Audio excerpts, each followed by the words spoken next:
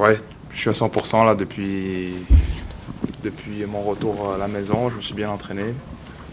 Là, ici, depuis que je suis arrivé ici, tout se passe bien. Donc, croisons les doigts pour que ça se passe comme ça pour la suite des choses. Mais ouais, j'ai eu des crampes sur le match en Australie, tout simplement. Donc, après, c'est à savoir pourquoi en équipe, c'est arrivé aussi tôt dans le match, dans le tournoi. Mais on a quelques pistes. Mais non, sinon, je vais bien.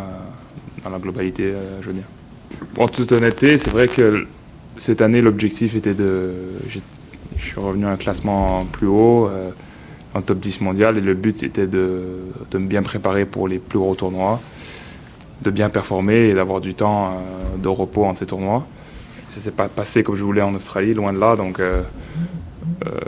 finalement, j'ai pas vraiment entamé ma saison véritablement, puisque j'ai joué des matchs où j'ai pas fini, où je me sentais pas bien, donc pour moi, Montpellier, là, maintenant, c'est une occasion de vraiment commencer l'année, de jouer des matchs en espérant aller jusqu'au bout, mais en tout cas, finir un match comme il faut.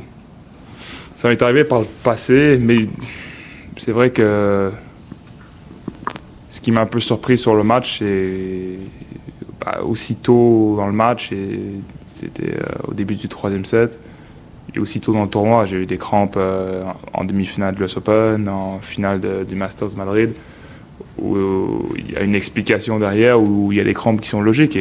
Et à Madrid, comme à l'US Open, j'ai terminé les matchs, des fois ça va un peu mieux sur la fin du match, donc c'est normal. Donc c'est normal aussi de voir Carlos ou Yannick cramper à certains moments, autant par les conditions climatiques que par les émotions ou par l'intensité du tennis d'aujourd'hui. Donc je pense qu'on verra ça de plus en plus, ou on le voit en tout cas de temps en temps.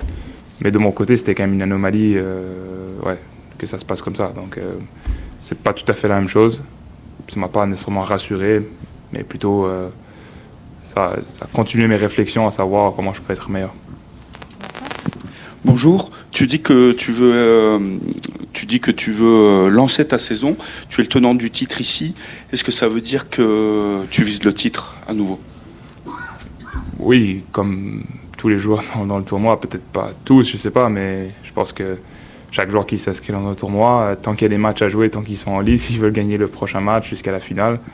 Et j'en fais partie aussi. Et évidemment, j'ai encore plus de raisons de vouloir gagner puisque je défends le titre. Donc c'est toujours un privilège de revenir dans un tournoi où on a gagné par le passé, et surtout l'année précédente.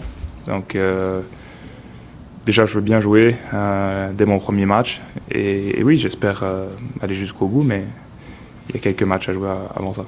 J'ai toujours eu de très grandes ambitions depuis le début. Mais oui, je pense que je gagne en maturité, en confiance profonde. Pas juste sur le moment, où évidemment il y a la confiance du moment, mais il y a la confiance en soi interne qui est beaucoup plus forte d'année en année, peu importe les résultats.